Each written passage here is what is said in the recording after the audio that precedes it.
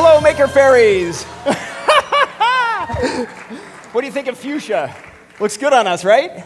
So lately, it seems like everything I make is trying to kill me. Why is that? I make dangerous stuff, man. So my favorite make ever is this electric airplane. It's the fastest and most powerful electric airplane in the world, and it has no respect for me at all. I gave it the gift of life. In return, it gave me 3 emergency landings and an ulcer, okay? So, I gotta show you this. So here's me, my electric airplane, strapped in, and 3 emergency landings. I've got 5 emergency landings total, 3 in this airplane, and it presents me with 3 options. Land the airplane with my almost non-existent piloting skills, or jump out, or scream. So I've been doing A and C. I've been landing the plane somehow and screaming, and we tried to figure out how can we do the second thing, how can we jump out? So my team's like, hey, Chip, we think you need a parachute, okay? So we got this parachute. You know, we go online, we order this rescue parachute. Emergency parachute comes in a box. We open the box, pull out the parachute, and I'm looking around, there's no instructions. Like, what? Okay, what does that say? Like, put it on and good luck, you know? So I've never parachuted in my life. I've never done any of this in my life. Everything I do, it's like the first time ever.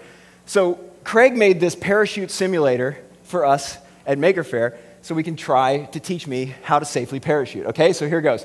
So from looking online, what happens when you have a failure? So I'm in this highly experimental electric airplane. I'm flying along at 220 miles an hour, nothing but lithium batteries behind me, 550 pounds of batteries. Bang! Oh, God, okay. So the plane's spinning, the wing broke off. Okay, what I do is I jettison the canopy, undo my seatbelts, okay, roll over the side of the airplane, and now I'm hanging out, try to avoid the propeller because it's in the back, and then they tell you in the instructions that I finally found, free fall. Okay, easier said than done. Okay, 1, 1,000, 2, 1,000, 3, 1,000. And then you pull the emergency chute. You pull the, wait, where is it? Oh, it's here. You pull the chute, and supposedly, if it works, you get, this is an excellent simulator, Craig. Everybody here is completely fooled. Hopefully it doesn't do a Mary Poppins on me. So then they tell you you're falling, okay? But thank God you're alive. You look up, make sure you have a good canopy. Now this is what we call in the business a good canopy if you're playing golf, okay? And then the only thing left you have to worry about is not landing in a tree. Wait, so we have a tree simulator, right? Okay, so you're falling, and then here comes the tree. Okay, and then once you're in the tree, the instructions tell you, grab the nearest branch, okay, and then look for a safe place to land, unclip, and drop safely to the ground. Thank you.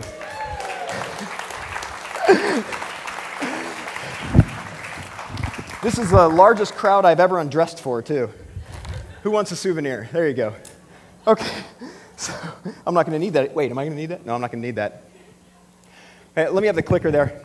All right, so now, having done this, and Maker Faire gave us the impetus to do this, and this is how this worked out. So 3 series, 1, 2, 3. So it was barely lined up at the runway, made the landing somehow, and came out. But guys, you know, we could sit up here and talk about electric vehicle records and all that stuff. I think success is boring. Like, I mean, coming up and talking about success is boring. It's like, I want to show you how we built this stuff and the kind of stuff we learned. You know, it's like the journey is better than the destination. So let's talk about success. Wait, no, let's talk about failures. So this is me, and no, I'm the one in the air. Okay, so in this image, my pelvis, and indeed all my bones are completely intact. Okay, in this image, they're not intact. And this is the image that's a gas-powered motorcycle, but it gave me a month where I couldn't walk. What a gift, thank you. So with a month you can't walk, you do a couple things. You sit in bed and feel sorry for yourself, or you build the world's most powerful electric motorcycle. So we decided to sit in bed and think about motorcycles. Wait, no, we built it, sorry, I get confused. We built the world's most powerful electric motorcycle. And the thing when you're doing any make project is clear goal. Now, we're doing big stuff that can kill me, so we have to kind of think it through. But this one, all I said we had 3 volunteer engineers, and it was like, guys, let's make an electric motorcycle that can beat gas. So the way we did that is we actually took my gas motorcycle and we put a data acquisition system on it. It's cheap and anybody could get it. And we went around a track at Laguna Seca here, and we collected data with a gas bike, but it said this is how many amps in and amps out that you would need if you wanted to do that on an electric bike. And the red line, below the red line is KERS. That's going to be the regen that we need. And here it's capped at 150 amps in, which is 5C for the cells we use, which is kind of nuts. We'll talk about that in a second. So we went from concept quickly to reality. So it's concept to reality. We did the whole thing in a year, wrote all the software, built the bike, built the battery packs and everything. But I got to tell you about all the screw-ups along the way. So this is one of my favorite pictures. This is totally and utterly ridiculous. This is the first prototype that we did. It was with Chinese batteries that were heavier than we thought. They didn't package very well. They like to spark all the time. I have so many good stories. And so what we did was we made a wagon of batteries. This is called a Wagon of Batteries, okay? So we took this, and that's my electrical engineer, Robert Ussery, Georgia Tech. He did all the electrical engineering. And so we towed this trailer around with us, but we strategically edited it out of videos. So whenever the media was there, it's like, oh, we got the world's most powerful electric motorcycle. Look at it, it's on the dyno. And we did this video where we're smoking the tire on the dyno. No one's ever seen anything like this. But there's like the orange cable going out, and it's trailing out the door. And there's this Chinese trailer full of batteries. The trailer was made in China too, so we had a theme. So we did that for a while so we could keep testing, and then we finally got Dow Kokum lithium-ion polymer. We used 30 amp hour cells. We did 102, I think, yeah, 102 in series, 450 volts, 600 amps continuous discharge. And the way we did it here is, it was kind of clever. We bent the tabs over, and then we clamped them with aluminum extrusions. So we had mechanical clamping so we could change the cells, but we also had a heat sink. So we got to the point where, okay, we know the bike can do the lap times, but it can't last the same laps that it would need to last to finish the race. So we came up with a KERS system, and this is a total maker deal. We stole a two-wheel drive system from a dirt bike called a Christini, and we put it on the electric bike, and we ran it backwards. So, because the front wheel is where all the KERS is on a motorcycle. Under heavy braking, all the way goes to the front. And so we ran this two-wheel drive system in reverse, and we could take 150 amps off the front wheel. And so it was all under my left index finger. So much power. And so I get this little gold thing. It's a 0 to 5 volt sensor. So when you pull it in, it would send a negative torque command to the motor, and we get KERS. And that knob, the rotary knob up on top, that allowed me to adjust the KERS level in case I was getting lockup during the middle of a race as my tires wore. We also had race finishing algorithm that would ensure no matter what I do, I would finish the race. And then we also had a push to pass button where if I needed more power to get around somebody, I'd push it, I'd get a boost of power to get around them, then it would put me back on the race algorithm. So, I got to show you a video of the next chart. This is awesome. So this is a snapshot of our data acquisition. And the circled ovals, anything below the line is KERS. So this is a lap around California Speedway. And up in the top right, you can see 103 and then 538. 103 is the negative. That's KERS. So we were putting 100 amps into the pack under braking from the front wheel. And then the 538 is, in that particular lap, how many amps the most we pulled out of the bike. I got to show you, this sounds like a scalded cat. It's not a sexy sounding bike, but it's really effective. So over here, this is going to be red. That's amps going out. That's bad. We want amps going in. So amps going out is right. We'll go up to 600 amps. And then this is amps coming in. This is KERS. And then over here, you got a speedometer. I think on this lap, I get up to 165 miles an hour.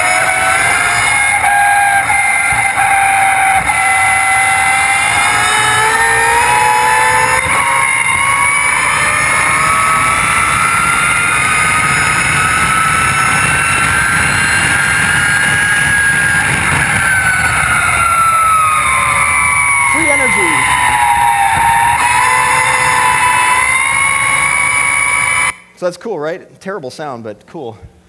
This is a motorcycle, by the way, 650 pounds that makes 400 foot-pounds of torque, so it's got a truck engine in it, basically. And so with 400 foot-pounds of torque, it's not rideable, right? It's ridiculous. Most motorcycles make 50 foot-pounds of torque. So we had to write wheelie control algorithms, and so, but it was so cool at the end of the day, because we had such good control. You could say, I want to loft the front wheel 10 degrees off the ground, floor it, and it would just loft it 10 degrees off the ground. So this is me doing a lofty show-off. So we finished this bike, and we took it to the Electric Motorcycle Racing Series, and we said, we build a bike that can beat gas bikes, it's so fast. And they said, nah, we don't want you to race here. It's too heavy, it's banned.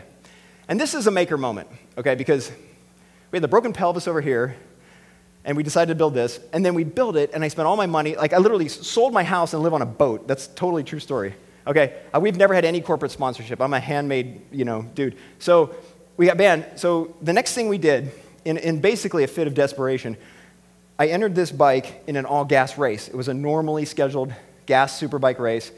They made no accommodations for us. They didn't shorten it or anything. And they put us in the back of the grid, and we picked off people one by one. It's on YouTube if you're interested. And this is one of my favorite pictures. We came in second place in a race against all-gas bikes, podium trophy champagne on an electric bike, and it made the bike world famous overnight. It was on the cover of Pop Sci and all this stuff because no one had seen the audacity, how this guy's a visionary. No, I just got banned and I was desperate, okay? I am not a visionary. But that bike, so this is us beating Honda's best superbike. Honda is a $100 billion a year company, and we're just like some unwashed volunteers. Now, if you were me, aside from taking a shower, what would you do next? You would go to Pikes Peak. Thank you. Pikes Peak. Pikes Peak. Pikes Peak is nuts. Okay, start at 9,000 feet, race to 14,000 feet. Try not to kill yourself. And this is literally a shot of the racetrack. So once a year, they close the road. If you make a mistake and go off, you're dead. Not only are you dead, but they will not find your corpse. They just throw a gravestone over the side after you. Now, if you were me, and you were looking at risking your life racing a 650-pound superbike up a road that had melting snow dribbling across it, how would you undertake to learn that course so you would trust your life? 156 corners, you have to learn them perfectly or you're dead. Video games. Video games. So I got a video game. And man, they're good these days. It's all you guys in here that wrote them. Thank you. You saved my life. Okay, I got to show you this. So this is a video game. It's a Sony PlayStation. I didn't own one because, I'm not cool. So we got a PlayStation and bought this game, Dirt, and it's so realistic, I learned the whole track on it. I'm not kidding. So this is the video game.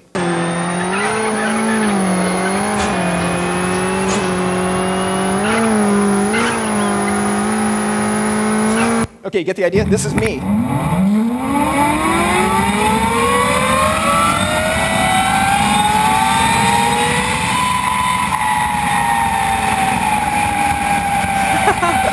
What? I would never do that again. Oh my God. I'm like, why don't I watch these? That's why. So my pit is at 10,000 feet, right? So we're in an electric motorcycle with no plugs at 10,000 feet. We have a generator we bought at Home Depot. And then we found out that lithium batteries don't work at 20 degrees Fahrenheit. It's freezing. They just, you wake up in the morning, you're like, hey, batteries, can we go? And they're like, coffee, man.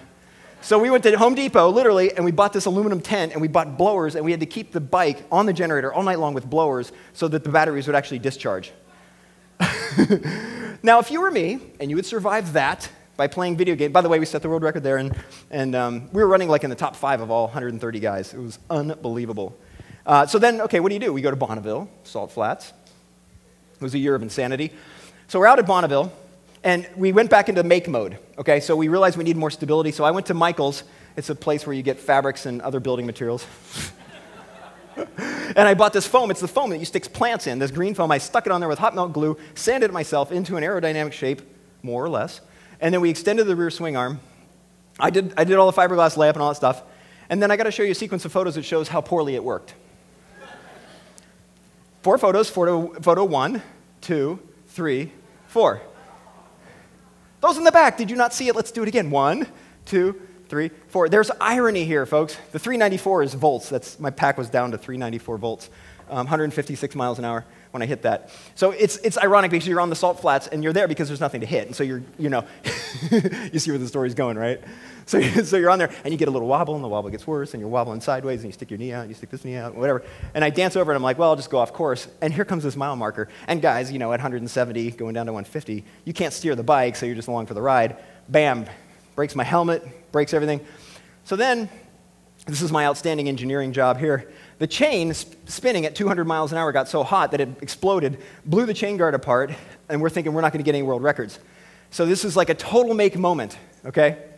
You're out in the middle of the desert, and we don't have any semi-trailers, right? We're like towing a U-Haul, seriously. And we're trying to set all these world records. But I did have fiberglass and fiberglass resin, which can do anything. Fiberglass is awesome. So we bent the thing back, it's aluminum, and then we fiberglassed around it, made a cover, sent a guy to Salt Lake City, comes back with oil, pump it full of oil, presto, bingo, we go out, and then break this.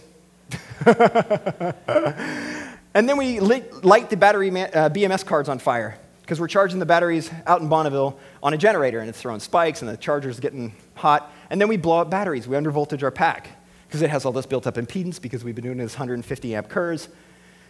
So we come up with Chip's law. Chip's law has evolved. It's usually involving overcoming bad luck. Chip's law here is that you will have good days, but you will never, ever have 2 good days in a row. Ever, never, ever. I have had the most incredible days standing on top of Pikes Peak, tasting champagne, all this stuff, and the next day always sucks. But at the end of the day, with, with the electric motorcycle, I can't complain. We set 10 world records, 200 miles an hour, 4 patents, cover a pop sci, and beat gas is my favorite thing. And we did it with 3 dudes, no money, and now it's in a museum. Next topic was, how do we build the world's fastest and most powerful electric airplane? It's logical if you're me, because I'm not a pilot, so seriously, what do I know about airplanes? So we started building this, and I started getting my pilot's license, and we timed it perfectly. This is my fabricator, Chris Parker. Chris and I built this thing together, the 2 of us, as I got my license in 2 months, so it's possible. We bought an airplane that was a 1982, it was junk, we stripped it, all the avionics out, all the gas motor out, gas tanks out, and we started from scratch, painted it, fabricated everything, built it into an electric airplane. And this is one of my favorite things. So this yellow is an explosion shield. This is a Kevlar shield in case that chain blows up from the electric motorcycle. See, I learned. The chain blows up, it hits that Kevlar. I don't know if that would work or not. I have no idea. I'm a marginal engineer at best. This is a work of genius engineering. We needed a prop hub, you know? So the prop was custom made, and we could make it any shape. So that's the front wheel carrier for my GMC Yukon. Yes! That's making. That's the power of making. So I can't drive it because it's got 3 wheels, but at least I can never. You're all wondering about our batteries. We switched from Dow Kokum to Enerdell. And this is, in the airplane, we have 26 kilowatt hours, 538 pounds, 600 amps continuous discharge. We're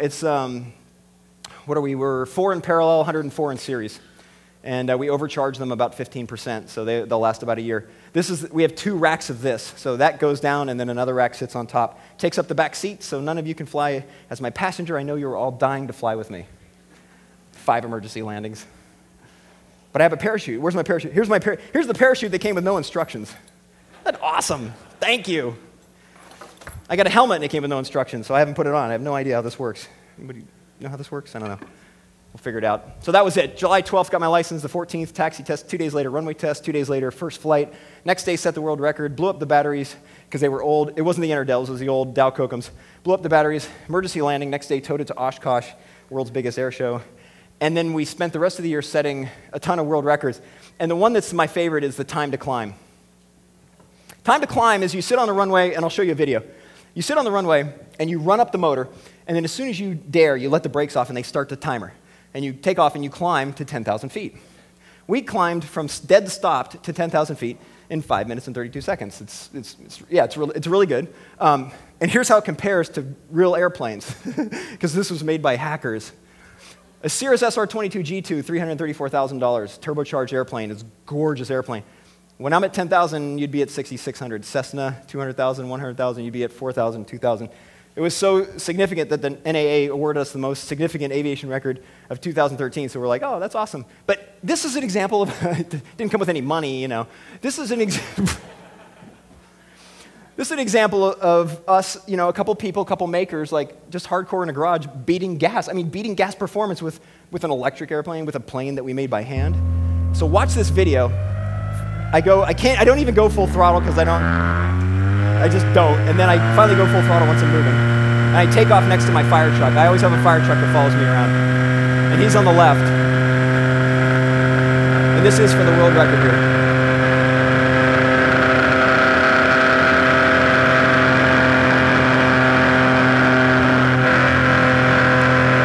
You see my fire truck? You can see that, that's on, I think Maker Faire actually put it on their web, but there's a red digital cinema came out, and they use red cameras to shoot this, and so there's some pretty epic video of that. And so then, as I came back, they didn't need the fire truck, so they had all this extra water, because I never caught on fire. And so I came back in, and they're trying to shoot me out of the sky with water.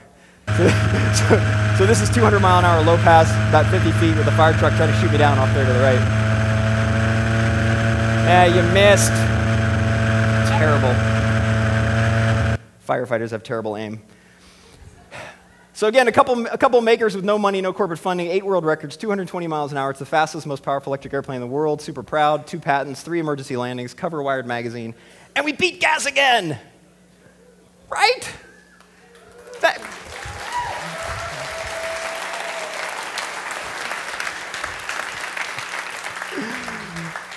That's my favorite thing, is like beating gas. I'm sure there's like Chevron, they're like, how do we kill this guy? Wait, maybe they are. They probably like cutting wires in my airplane, causing all these emergency landings, you know? All right, so what are we going to do next? So next we're working on building this plane. We have the design done. We're going to start making it. And this is a long-range electric airplane. The one I used was a gas plane. We converted it, you know, fair enough. We need a better design. And so this is one that we're going to fly. I want to fly it across the Atlantic on Lindbergh's route, but we're going to fly it across the United States first. And the way we're going to do it, don't laugh, is mid-air recharging. And we're not going to use the plane in front. We actually bought a gas plane, and we have it right now, and we bought it cheap. And we took the back seats out, and we filled it full of Untitled batteries, and we're going to fly across the United States by staging batteries and doing this mid-air recharging. Is it practical? No. How many projects that you guys are doing are practical? Come on. Come on, give me an amen. Stick with me. We're going to mid-air recharge. Okay, never mind. All right, but we're actually doing it. So this is the mid-air recharging probe. And it's done and wired, and it's on. So this is my airplane right now. This is a flying electric plane. But we're going to use it for R&D. We're doing some autopilot and some configuration hold stuff, and then once we're done, we're going to put it on the new plane. So I got a few takeaways. I call them makeaways because that's super cheesy. Ugh. Make your dreams. Make the stakes high. Make to push your own limits. Make someone else a maker. Go out and make an impact on the world. My name's Chip Yates, and I'm proud to be a maker.